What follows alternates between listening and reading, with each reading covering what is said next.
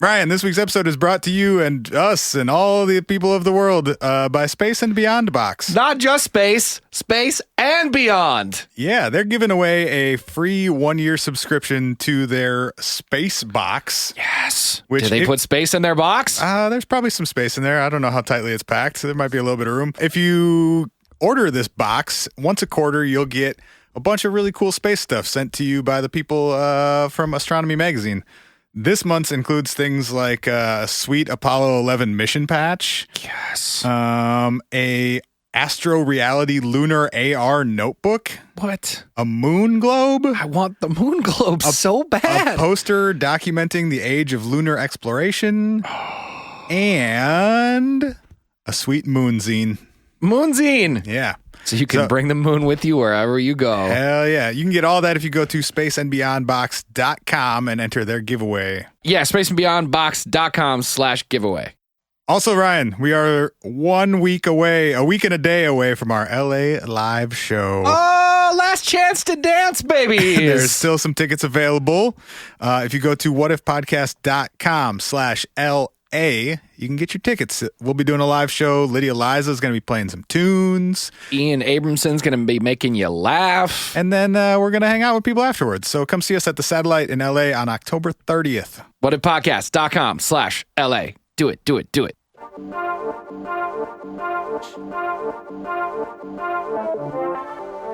Hi, welcome to the What If Podcast. Your host tonight is going to be Spanker Wetnet and then Ryan Crapper Sap. Enjoy. The spanker whatnot gets you literally every time. I think the reason that I laugh at that one is because it is the most aggressively wrong of all of them. Spanker bap bap. It's just like, nope, literally not even close. Spanker's pretty close. I guess. Whatnot is not so close. Did anybody call you Spanker growing up? No. Still time. Just saying. It's if it's pretty close, it feels like mean kids would have found a way. No, they weren't that clever. Or they weren't that mean. The elementary school bullies were not as clever as Lydia Liza. Maybe you were just that cool. Nope. They didn't want to bully. Definitely wasn't that. I like that neither of us were cool. Nope. That makes me happy. Ryan, you want to talk about maybe the damn silliest, weirdest topic we've had yet on this here show of ours? Oh, man. Do I ever? This is one where when I put on our show schedule, you just sort of shook your head at me like, is that a real thing that we're doing? Listen. It's off to a good start. I think the reason that this one is particularly difficult for me is, demons are inherently like a religious entity, and we are not here to bag on religion by any means, but I consider myself an agnostic. I don't really know, bordering on an atheist, as in I think the burden of proof is on somebody else, and I haven't seen a ton of it in my lifetime. What better way to find out than by reading self-published UFO books? And that's, I think, why this one for me in particular, as an intersection of a thing that's pretty tough to wrap your head around and another thing that's kind of tough to wrap my head around, makes this one a little bit tough for me to fully wrap my head around.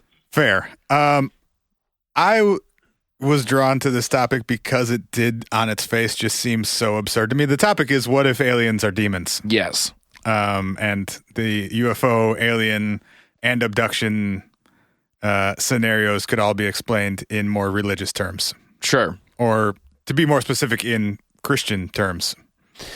Yes. Yeah.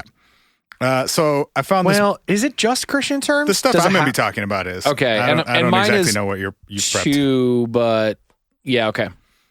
So I found this book called Final Events by our bud Nick Redfern. Okay. And I for sure thought the title was Finally Vents, as in Nick Redfern.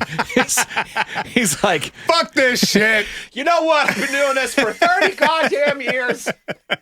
Nick Redfern finally flips his lid after all the research. I mean, That would be a pretty good description of this book also.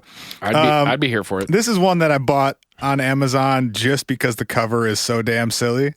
There are 3 things layered on top of each other. This is a 3-layer Photoshop document right here. Can I describe it to the people? Let me see it for the first time. Here you go. Okay, finally, Nick Redfern finally vents. Oh, Jesus Christ. Let's start with the background layer first. The background layer is a not real blue sky, but designed to be a blue sky with a gigantic exploding atomic bomb in front of it. Yep. Layer 2 is on top of the atomic bomb, a just red like clip art cutout of what appears to be a devil of some kind. Oh, shit. Hold on. Oh, you got something for the people? What does it look like? It looks like a devil of some kind. Everything is the devil to you, mama! And then in front... Just calling you mama for the rest of this episode. That's fine. That's fine. And then in front of like kind of the devil's crotch area, I guess. Devil! It's a little tiny gray alien. Mm-hmm.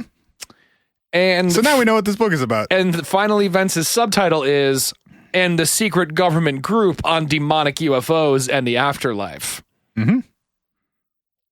Gotta buy it, right? I mean, how could you not read that book? I guess.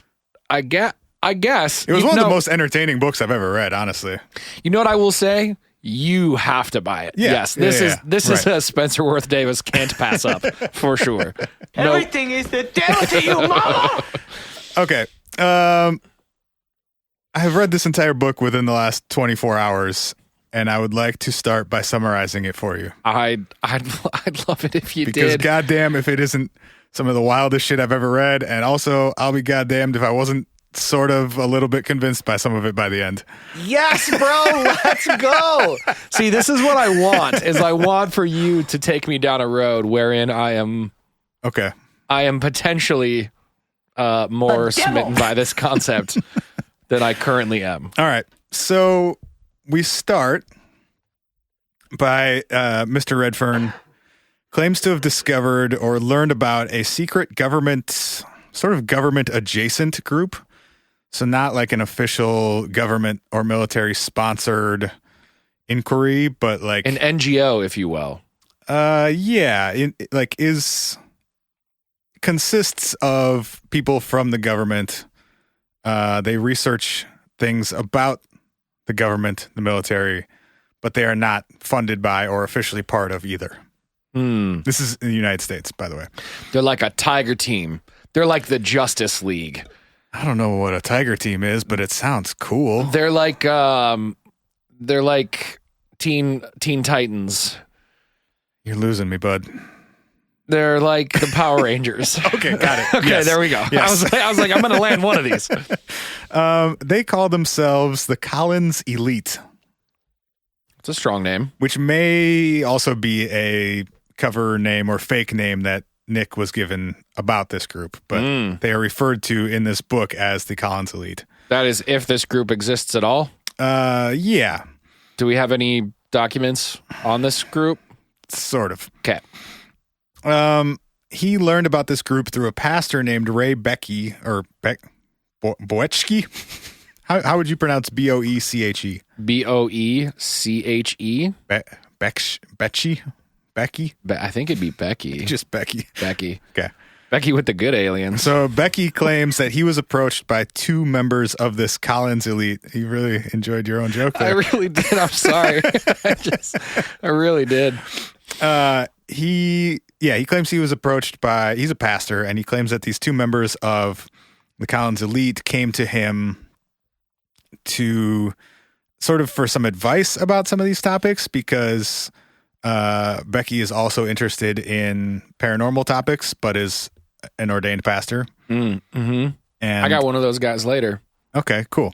So then Redfern originally started talking to Becky about the information that he had gotten from these 2 unnamed Collins Elite members. Okay. Yeah, right. He eventually himself got into contact with 2 former Collins Elite members and got some more information, but that's where the story started. Got it. So quick summary of the Collins Elite. They believe that the entire UFO alien abduction thing is the work of not what they call non-human entities, but not extraterrestrial entities. I was going to say, because aren't they always non-human entities? There are some people that think like humans are behind some of the UFO and abduction stuff, like it's government or military related. But yeah, okay, that makes sense. I stand corrected. Okay. Thanks. Yes. Acknowledging my ignorance. And these non-human entities are not of our physical world, and they are inherently evil entities that are working on behalf of the devil to deceive humanity. Now, they want to convince us that they are ETs from another planet because that serves the devil ultimate goal of getting us to move away from Christianity, right? Because if we start believing in like space brothers and life throughout the universe, then Christianity gets a little mucky, potentially. Well, and then if we are no longer Christian, they will be able to harvest our souls when Armageddon comes. Whoa. Whoa, buddy. Yep. That took a turn at the end there, didn't it? I will say, I won't get into it now because I know we're talking about the book, but I'm going to get into a documentary later in the show called Aliens and Demons, Evidence of an Unseen Realm, which stars Dr. Michael S. Heiser in it. And he does open that documentary by saying something that I can definitely get on board with, which is that there is something sort of inherently spiritual about the whole concept of UFOs and aliens because of how directly it ties into the concepts of like, what are we? How did we get here? What else is out there? What about our relatively earthbound religions? How are those impacted by the reality or lack thereof of these things? And so it is interesting to me that like there is a native tie into religion when you start talking about these things because of the things that it calls into question for anyone who is religious or for believing in really any religion that you believe is, you know, natively based on our planet. I think beyond that too, there's the layer of religious or spiritual experiences having a lot of overlap with abduction or UFO encounter experiences. Sure. Meditation being involved sometimes in the UFO and abduction stuff. Just even what people report, like physically seeing during these, the links between, I got reinvigorated to research the Terrence McKenna DMT stuff last week. Mysterious Universe revisited some of that shit on their pod last week. And the whole angle of like, he thinks or hypothesized that like the actual molecule of DMT or in psilocybin could be intelligent and not of our world. Oh, that's a cool idea. There's a lot of overlap with like shamanic practices and substances, and then meeting beings after using those substances and being or physically leaving your body and going somewhere and meeting a being. Sure. And the whole machine elves thing that like lots of people report seeing a very similar or the same being in these places. Right. Anyway, they're linked, I think. Yeah. And I'll get into some more of those too later on. Probably not in a demons are playing tricks on us dressing up as aliens way, but maybe. Follow your heart, Nick. Yeah, so let's follow go. Your heart. We got to go way back because Redfern believes that this story begins with Aleister Crowley. Oh, yeah, our Loch Ness buddy. Yeah. Yeah. Yeah, you may remember him from such films as he haunted the lake with a ancient mystical dinosaur. And during sex magic rituals. And let's start a sex cult in the Highlands of Scotland. Yeah. So during what he called the Amalantra working, Okay. which included the ingestion of weed and mescaline to achieve an altered state of consciousness. Aleister believed he made contact with an interdimensional entity known as LAM, L-A-M. Okay.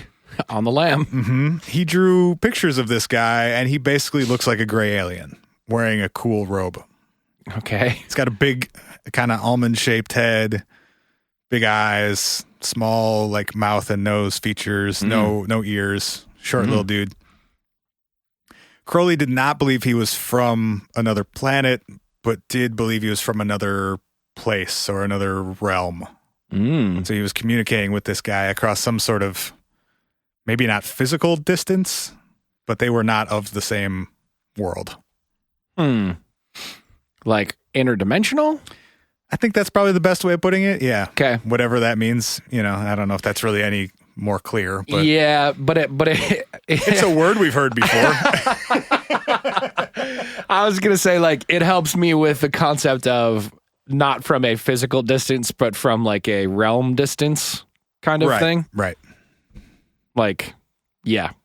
You Not might from just, outer space, but also not from our Earth. maybe just an entirely different space and time. Yeah. So that might be the origin of this, like, contacting aliens, quote unquote, through weird, like, ritualistic spiritual practices. Yeah. Because that was, I don't know when that was exactly, but Crowley was born in 1875. Okay. I think he was doing weird shit around Loch Ness in like the 20s. So this was probably like early 20s, I think, 1920s. That's interesting. I was under the impression that like that prototypical gray alien visual wasn't really like popularized until later on. Is that true? I don't think this was necessarily popular at the time, and people weren't into. He never called it an alien. Oh, interesting. It just was a being. Right. People made the connection later that like, hey, these things that we call aliens now look like this thing that he saw in the 20s, and he called interesting. LAM the interdimensional entity. I got it. I was not putting that together because I kind of forgot about his time period. So in my mind, I was like, well, did he just like draw what had been popularized as an alien in like the 40s and then? No. In the 40s, however, do we have an image of what he drew? Yeah. Let me.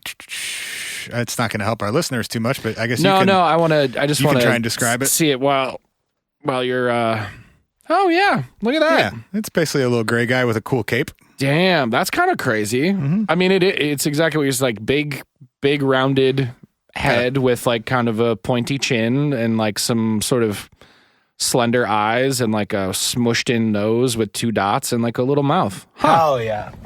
That's kind of crazy. Yeah. I mean, that like, that for sure tracks towards what we look at as like a gray today. Right. Huh. Crazy. So in the 40s, a dude named Jack Parsons came along, who was a fucking fascinating guy that we could probably spend a whole episode on at some point. Let's do it. Jack Parsons was a rocket scientist who started building homemade rockets in the 30s and 40s. A man after Mad Mike Hughes' heart. Well, about 80 years earlier, but yes. He went on to invent the modern rocket fuels used by NASA. Had a lot to do with inventing solid rocket fuel later on. Founded JPL, Jet Propulsion Labs. Thanks, Jack. AKA the part of NASA that builds shit.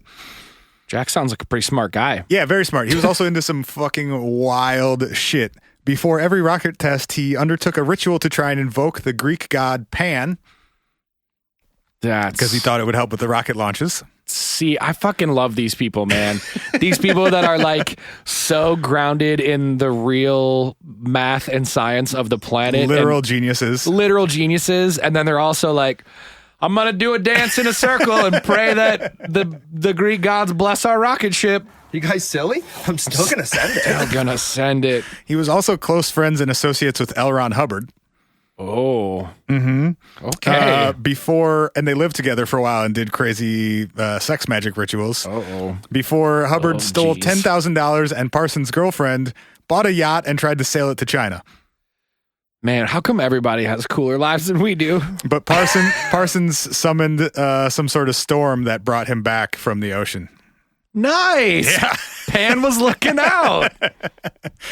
Hey, you've prayed to me and you've sacrificed to me many a time. I'm going to get your girlfriend back. In December of 1945, Hubbard and Parsons were living together and working on what they called the Babylon working. A series of rituals based on Enochian magic, which I don't exactly know what that is. I think that relates to Enoch somehow, but ENOCHIA. Correct. AN or just one Yeah. A? Two A's or one A? 1A? One A. Where would the other one go? Enochian magic. Yeah. There's just some of the biblical ones like Canaan is like two A's and like some of that stuff. During this, his plan was to masturbate onto magical tablets Oh, geez. while listening to Prokiev's second violin concerto. And his plan was to bring about an incarnation of the Thelemite goddess Babylon onto Earth. So he was going to somehow summon a person from the ether to Earth by listening to violin concertos and jerking off on the rocks. Okay, guys, we should have, y'all know this is an explicit show. Maybe we should have given a slight precursor to the content of today's show.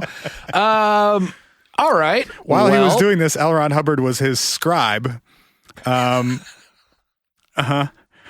Because Parsons thought that he was particularly sensitive to detecting magical phenomena. He had whatever that spell was from the Tingleverse. I'm just... There's like so many mental images in my head right now. I want all of them to go away. Gonna be a good day. Just gonna send it. As described by Richard Metzger, quote, Parsons jerked off in the name of spiritual advancement while Hubbard scanned the astral plane for signs and visions. Holy shit, bud. Which is a quote included on Jack Parsons, rocket scientist's Wikipedia page. Good for him. Good for him. What kind of ego do you have to be like, how do we bring a god to life? I don't know. What if I just jerked off onto a stone? I think that'll probably do it. We're gonna need some tunes. We're gonna need some classical music to really break it up a notch. All right, that should do it. Ron, look out for ghosts. Ron, let me know if anything happens. All right, I'll be preoccupied, if you will. Parsons eventually blew himself up.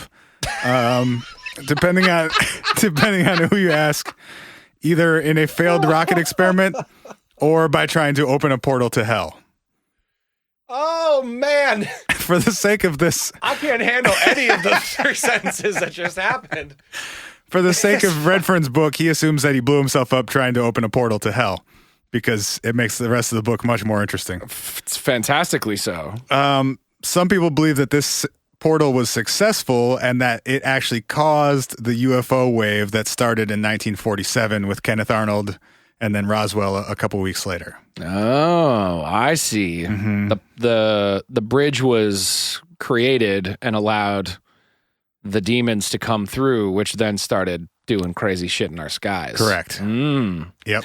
Is this this explosion that created a portal to hell the explosion on the cover of Nick Redfern's book? I don't know if it was that Behind big, the Devil? because they he didn't disintegrate.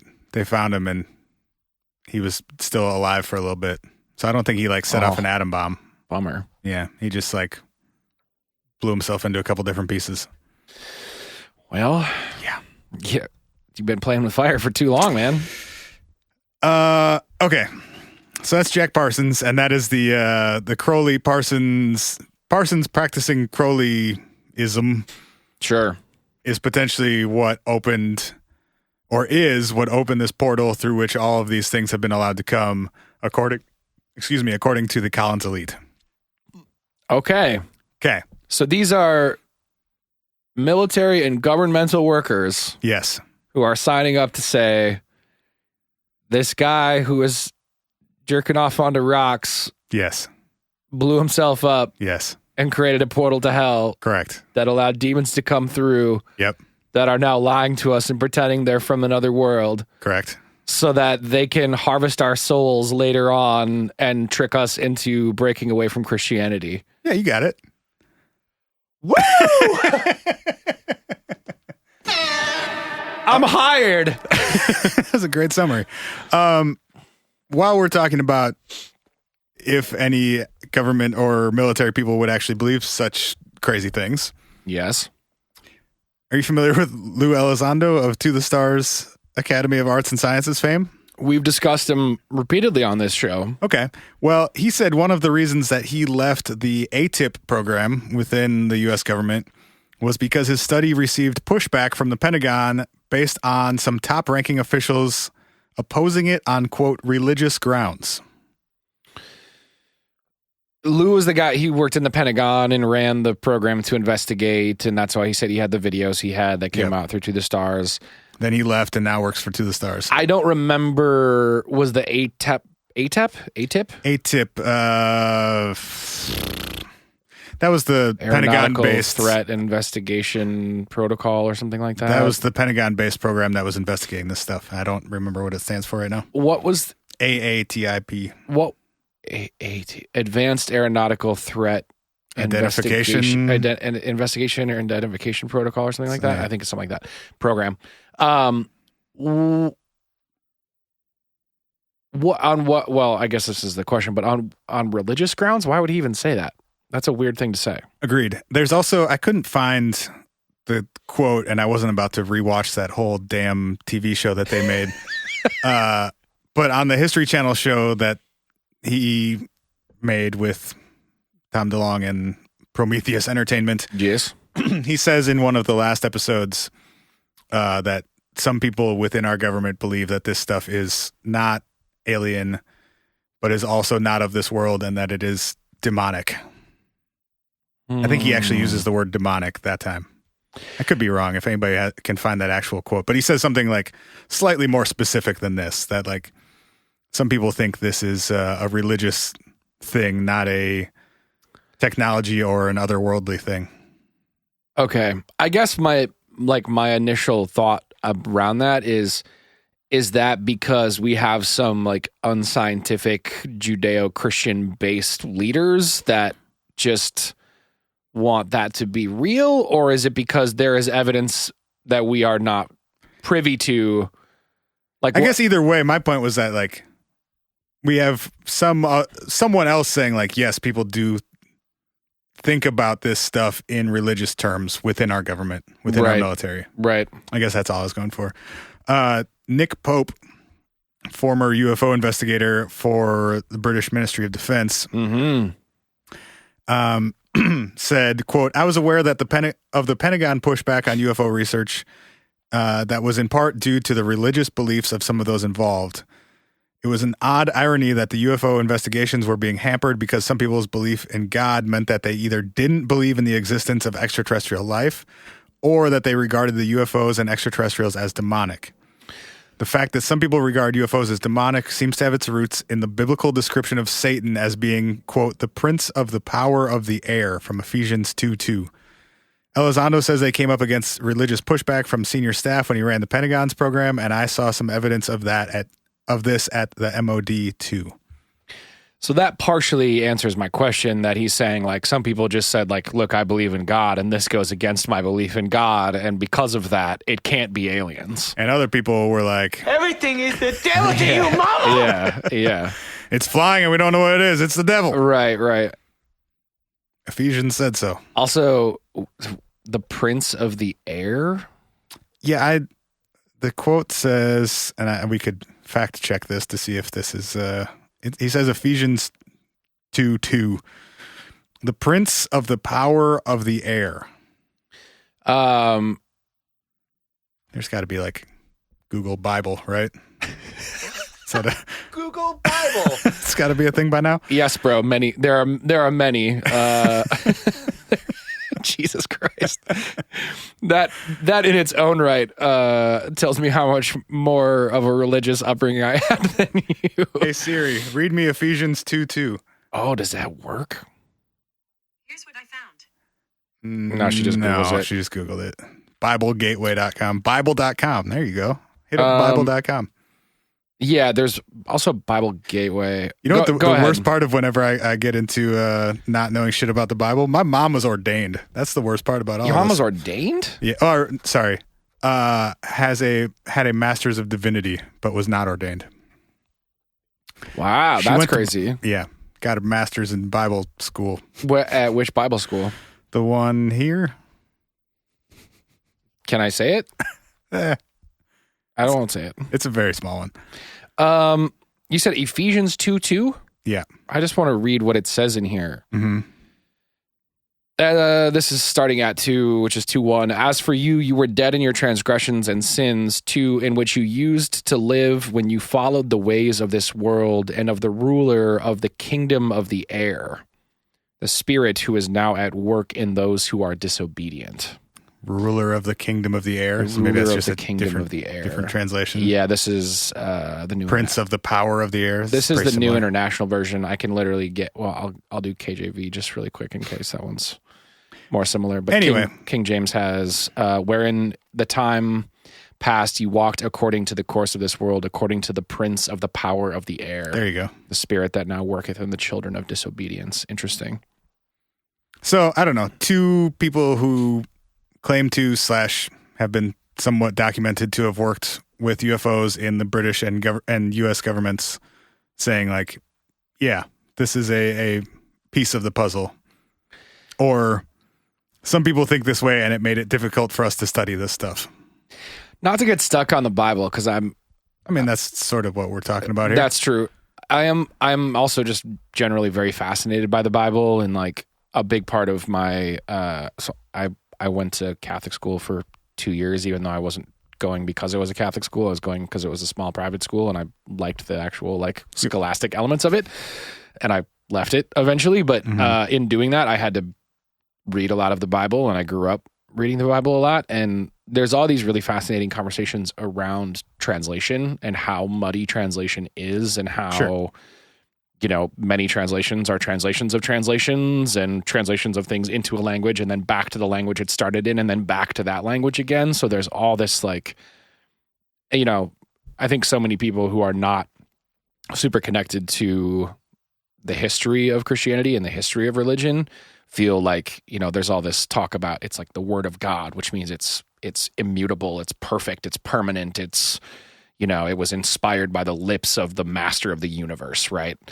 And yet there's so much human error that has occurred over the course of the Bible becoming what it is today. There were books that were added and removed. There were, you know, there were translations. Like I said, there are things that were missing that were filled in by other people. Like, it is not as perfect as everyone thinks it is. And that history of the Bible is so important. And that's also why I find it very fascinating when you get these very specific phrases, though. The prince of the power of the air. Like, that's so strange. It's not like, oh, that's a different word for chariot or something like that. Like, the prince of the power of the air is a really strange and like fantastic statement. Right. And it goes back to what you were talking about with, like, you know, the dualities of, were things coming down from the air? And was that oh shit, what's that? And was that seems bad? Yeah. Interesting. I don't know. Redfern also, or eventually met with a guy named Richard Duke, who claims to have been part of the Collins elite. Okay. And Duke says that they actually formed the Collins elite partially because of the wild shit that Jack Parsons was doing. Okay. They needed a task force to be like, Well- look, if this dude's about to unleash some shit, we need to be like ready for it. They were concerned about the crazy stuff he was doing in his free time because for a while he had top secret clearance to things relating to rocketry and air travel. Got it. And they didn't want somebody with that type of clearance and that type of information talking to a whole bunch of weirdos at his weekend orgies about it. Right. Or they were worried about what sort of stuff he was going to be bringing into work with him on Monday. No doubt. So He's like, hey guys, I know we're working on this new rocket fuel. I got an idea. We should point the rocket this way and we should go to heaven. And they're all like, okay, Jack. Pan said flip it 180. It'll work better. Listen, Jack, we're going to go to the moon, not to heaven, but thanks. the FBI and CIA were both looking into Parsons, and he was eventually fired, basically, and then started working for other governments, which then got the CIA and FBI's attention a second time. Yeah. Sounds maybe treasonous? Yeah. I'm not sure how that works. I don't know. I don't know. Their military applications? I don't know the specifics of what he was doing or when or for whom. But Right. They were also interested in the late 40s and early 50s in figuring out what was going on with the UFO stuff. You know, it was new, so to speak, and you had pilots and government and military employees reporting things that they couldn't identify, both in the air and from the ground. You had rumors of the stuff happening at Roswell. There was some genuine interest in figuring out what was happening. Yeah, I mean, that makes sense. So he said it started as a couple, he thought 2 to 3 people at Wright-Patterson looking into possible connections between the occult, UFOs, and demonology. Okay.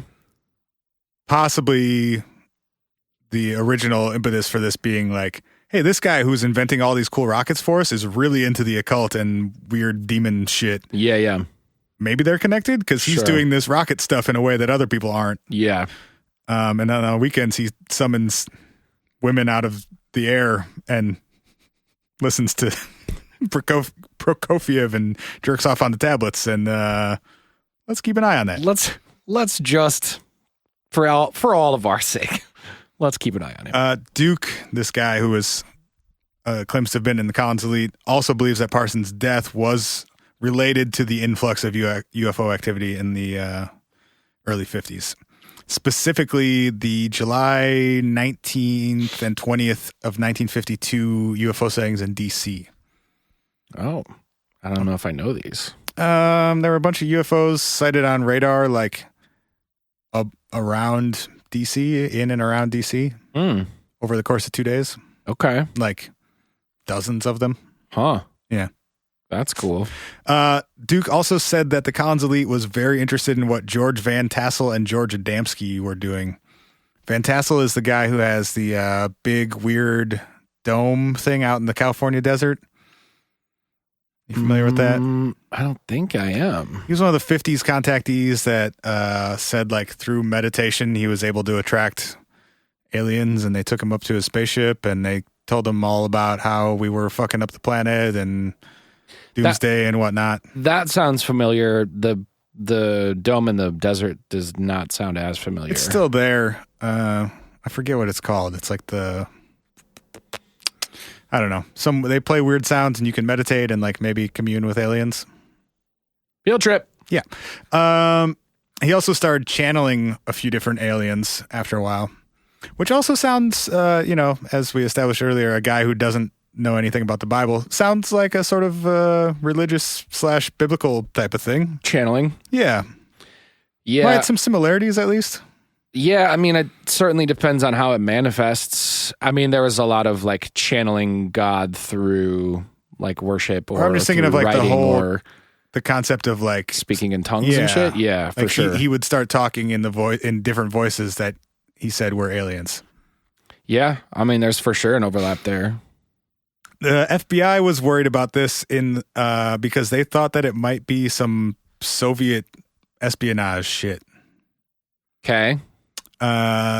Direct quote from Redfern's book, quoting or paraphrasing Richard Duke, stated that certain elements within the FBI came to a startling, albeit tentative, conclusion that the claimed encounters with communist extraterrestrials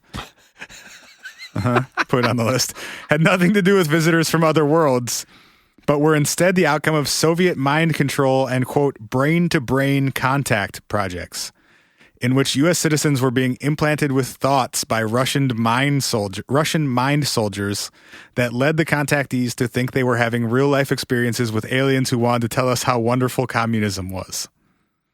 Wait, I'm sorry. I lost the plot through all of that wildness. Who said? Redfern is saying who thought this or said this? So Redfern is talking to this guy, Richard Duke. Yes. Who claims to have been part of the Collins elite. Yes. Duke, former Collins Elite member, is saying the FBI thought that this stuff that we were looking into as possible, like demonology, occult stuff, the FBI thought it was actually the Soviets fucking with us. Got it. So they were investigating the same stuff that we were. We were coming to the conclusion that it's demons and occult practices. And they the thought FBI it was the coming to the commies. conclusion that it was the commies. What the fuck? Drastically different conclusions, my friends. Yes. Duke explained that the experiences were initially believed to be, quote, stage-managed psychological warfare and were simply the effects of highly sophisticated mind management and manipulation by the Russians on unwitting citizens. Who actually believed what they were saying. Duke claimed the FBI believed the Russians had apparently acquired the skills to do this from Nazi scientists captured at the end of World War II. So we got Nazis in there for good measure, too. I was just going to say, because what's a conspiracy theory without Nazis? We are hitting every checkbox with today's episode. Yep. Devils, ghosts, demons, Nazis. Everything is the devil to you, mama. We just need a Bigfoot appearance in here and we're going to be good. The CIA was... I'm just like highlighting the craziest and best parts of this book because it's 300 pages of just pure insanity. Sweet. The CIA was really into Ouija boards for a while. God bless them. And in February of 1954, published a 27-page document called A History of Ouija and Intelligence Applications. No. That demonstrated the agency was trying to determine if Ouija boards might be useful tools in espionage. Bro. So like along the lines of some remote viewing I was going to say, the men who stare at goats. Yeah. That's wild. They were also investigating UFO abductions or alien abductions. And after the Betty and Barney Hill abduction, the Collins Elite began to take a careful look at UFO cases that involved three specific things. So they were looking at cases that involved some amount of what they called vehicle interference. So like your car stops working or if it were pilots, like their instruments are affected. Sure.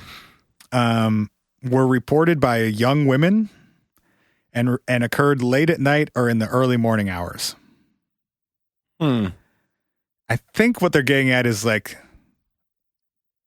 there's some overlap with those three criteria and like demons or poltergeisty type stuff.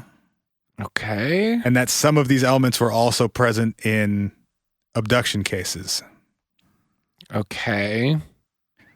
So they started looking at UFO abduction cases that had those three criteria. To try to break it down into like, is there a common thread here with the devil? Yes. Okay. And they found a few. Okay. One is a woman named Ann Henson. Some of this information now also, Redfern met with a second former Collins Elite member named Robert Manners. So some of this information is coming from interviews with Robert Manners as well. Got it. Quick summary of Ann Henson's story. It's 1962.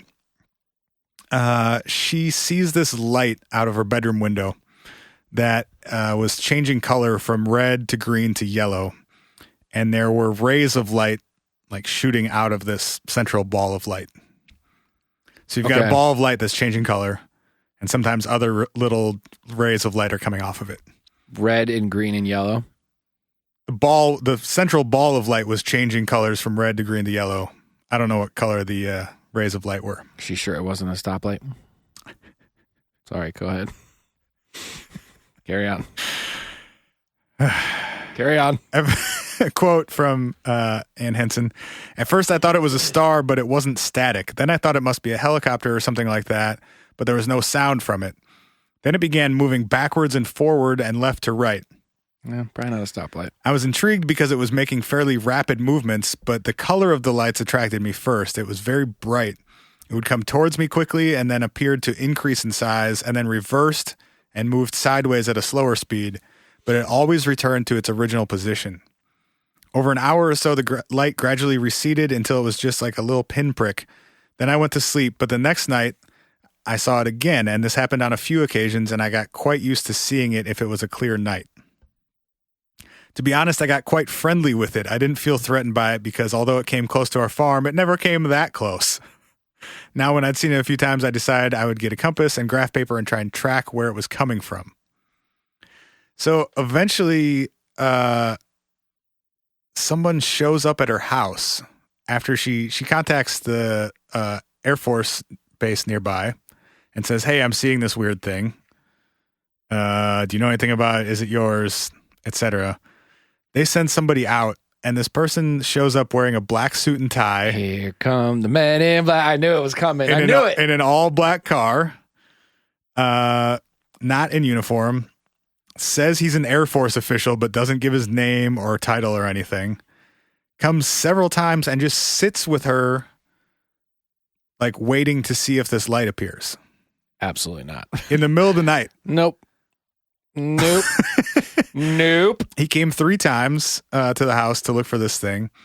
And on the 3rd night, he saw it.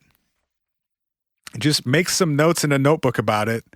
Tells her not to talk about it and leaves. Awesome. Yes. I love it. I love it. So we now also maybe have the Men in Black involved in these UFO/demon cases. Checking another box. We're about to get paranormal bingo up in this motherfucker. We do need Sasquatch, and unfortunately he's not mentioned anywhere in here. Sasquatch. Bat Squatch.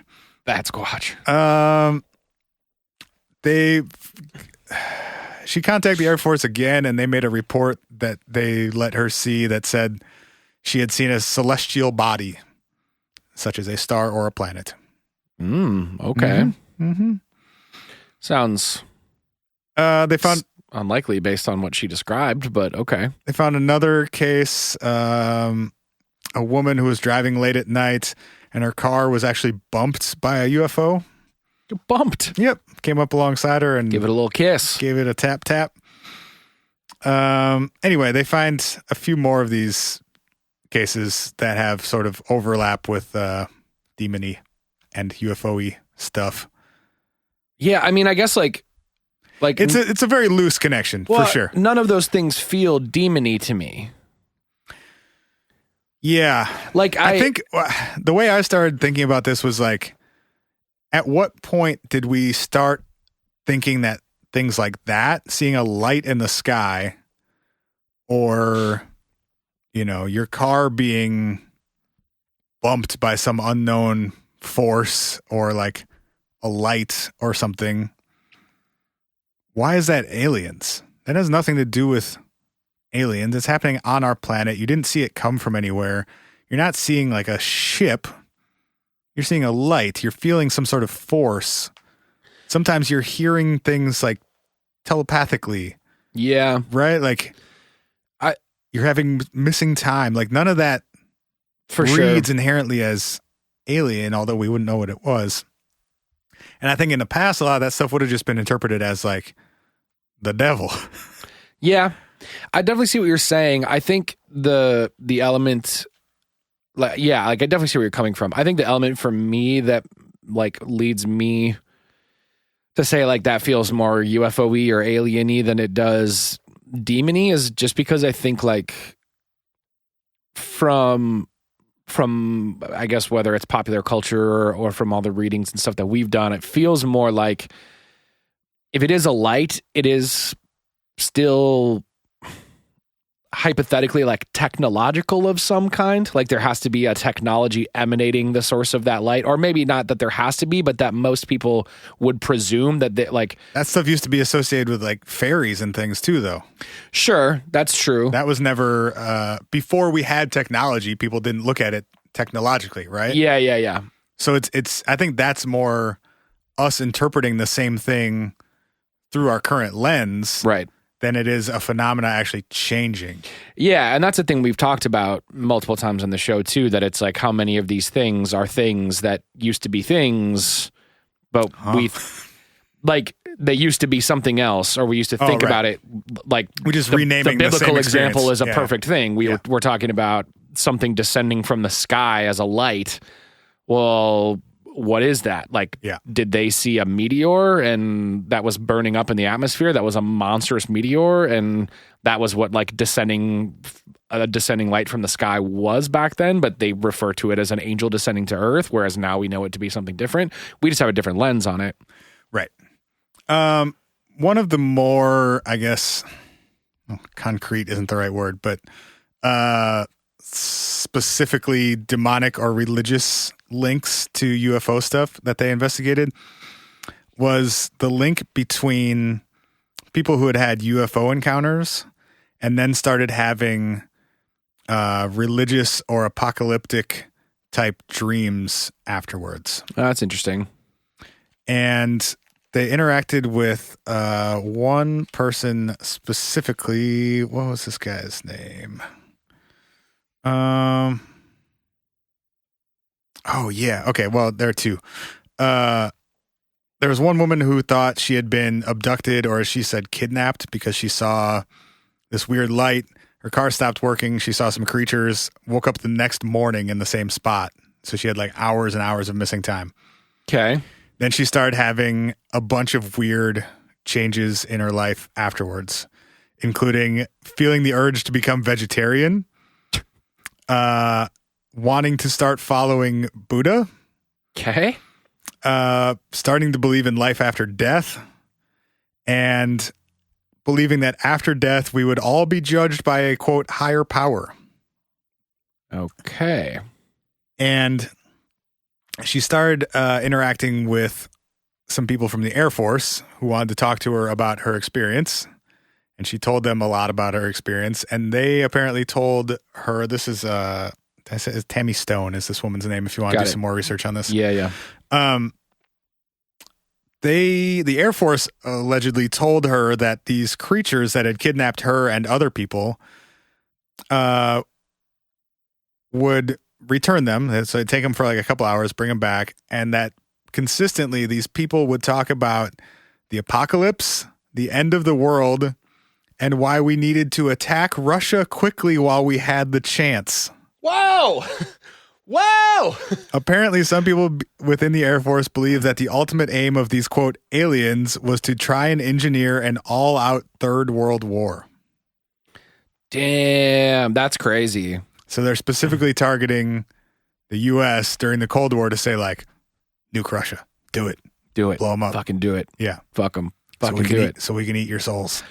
It seems kind of dumb, though, to just be like, oh, I'm going to go grab this random woman who's, like, not in a position of power or influence as it relates to those types of decisions. I would agree. Like, for instance, taking you some missed. of those people in the Air Force might have been more useful. Yep. Man, there's we're at like almost an hour, and there's just so much shit in here. Maybe I'll save some of it for the Patreon. Well, why don't you keep going, and I can save the documentary I watched for this week's paid episode, and we can talk more about it on there. Okay. How's that sound? Sure. They also investigated... Because I'm in it now, and I want to know where this goes. Okay. Well, I don't know if I have like a solid answer for you, but I have a bunch more weird shit that we can speculate about. Sounds fun. There was also a woman who it called just Allison. Sorry, can I ask a quick question? Yeah. These individual cases, these are, just to clarify, these are all coming from, this is the guy who said he worked at Collins Elite. And he's saying these are things that the Collins Elite was investigating or was aware of. And Nick talked to this guy specifically to Correct. get these stories. Yes, this is coming from, what's the guy's name? Robert Manners. Robert Manners. Talking directly to Redfern about his work at Collins Elite or with Collins Elite. Do we have any like first hand documents or like, do we know how Robert remembered all these names and places and details or? I mean, short answer, no. Okay. There are some attempts to, they have like some related documents, like, a Defense Intelligence Agency file on out-of-body experiences. Okay. Right? So, like, okay, somebody in the agency was looking at stuff like this. Right, and had to go research it or talk to the right person or whatever. But we don't have a case file that says, Allison was abducted by aliens on this day, and here are photos of it, obviously. Right. Or Okay. else it wouldn't just be in this Nick Redfern book, Yeah. published by Anomalist Books in 2010. Sure. Sure. Cool. Just checking. So this woman named Allison had been abducted, she believed, 5 times. And the 5th time that she was abducted, there would always be this like loud humming sound coming from outside of her house. Yep. They always took place in her house at night. Yep. And these aliens would come into her house, and then she would like be incapacitated, pass out, and then wake back up in her bed. Okay. Right. Sounds like a party. So during this 5th one, after these aliens come into her room, she starts to, instead of like sort of fading out, she starts regaining her senses and becoming more alert. And at the same time, the aliens vanish, and in their place was a group of large, what she called, quote, rather large and burly men in what looked like black combat fatigues. What the fuck? So there's a bunch of like military dudes standing where all the aliens were. According to Allison, one of the men screamed into a microphone, "What happened?" Then the men backed away slowly, and as Allison began to regain her senses, one of them held up his hand as if to say, "Stay where you are," and uttered the word, "sorry," in her direction. Allison made her way to the window in time to see the men jump into an unmarked black helicopter. At the height of several hundred feet, a powerful lamp was turned on that lit up the night sky around her property.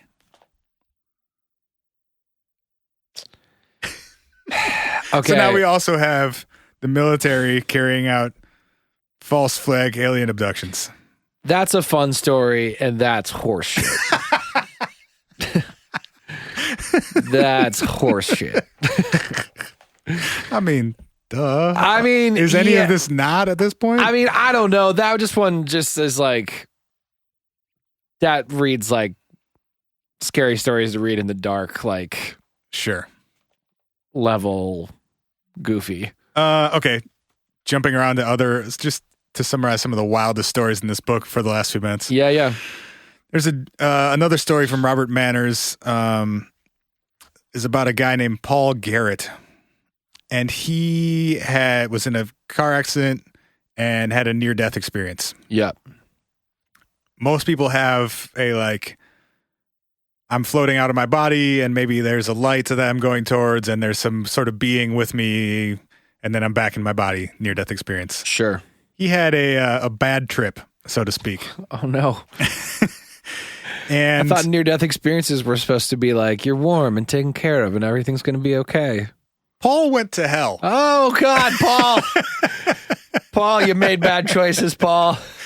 So he also saw a tunnel of bright light, but then was suddenly and violently hauled away from its comforting glow and enveloping warmth into a far darker and colder dimension.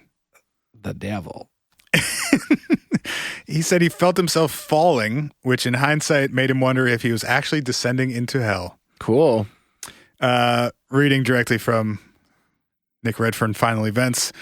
Garrett said that he was confronted by a never-ending, flat, light blue, sandy landscape that was dominated by a writhing mass of an untold number of naked human beings screaming in what sounded like tortuous agony. This is just Dante's Inferno. Above them, above them, he saw a purple sky filled with hundreds of flying saucers that pulsed and throbbed almost as if they were living, breathing entities on their own. Goddamn, Paul. The objects busily raced back and forth across the skyline in a fashion that Garrett likened to seemingly metallic soldier ants or worker bees performing never-ending, vitally important tasks. He watched. Got to keep hell clean. He watched the flying saucer-like craft suddenly slow down their movements above the mass of people below, and then bathed each and every one of them in a green, sickly glow. Small balls of light flew from the bodies of the people into the green glow, then were sucked up into the flying saucers. At that point, an eerie and deafening silence overcame the huge mass of people who rose to their feet as one and collectively stumbled in the hundreds of thousands across the barren landscape towards a large black hole that had now materialized in the distance. Cool. Paul went to hell, Where where the UFOs are stealing people's souls before they push them into a black hole forever. Sure. That was his near-death experience. Sure. Do you think he crashed because he was high as fuck? It sounds like it. It sounds like he was tripping balls on that one. Say, you all didn't happen to do a bunch of drugs, did you? You know what else it sounds like? Mm-hmm. It sounds like Nick Redfern made up a guy in a fake program to give himself the opportunity to creatively tell as many fake stories as he wanted to tell about this whole thing. You know what? And God bless him for it. I mean, because it's a great book. I'm not saying they're not cool and interesting. I'm just saying, like, the way, especially the way in which a lot of that is written is like, the level of detail that's being created in a narrative way there is not just like, I'm a guy who worked in this department at one point and I have all of the of course details in my brain. Of course. Yeah, I'm just saying, like, you gotta give the people what they want. It screams goofy balls to me. That's what it screams.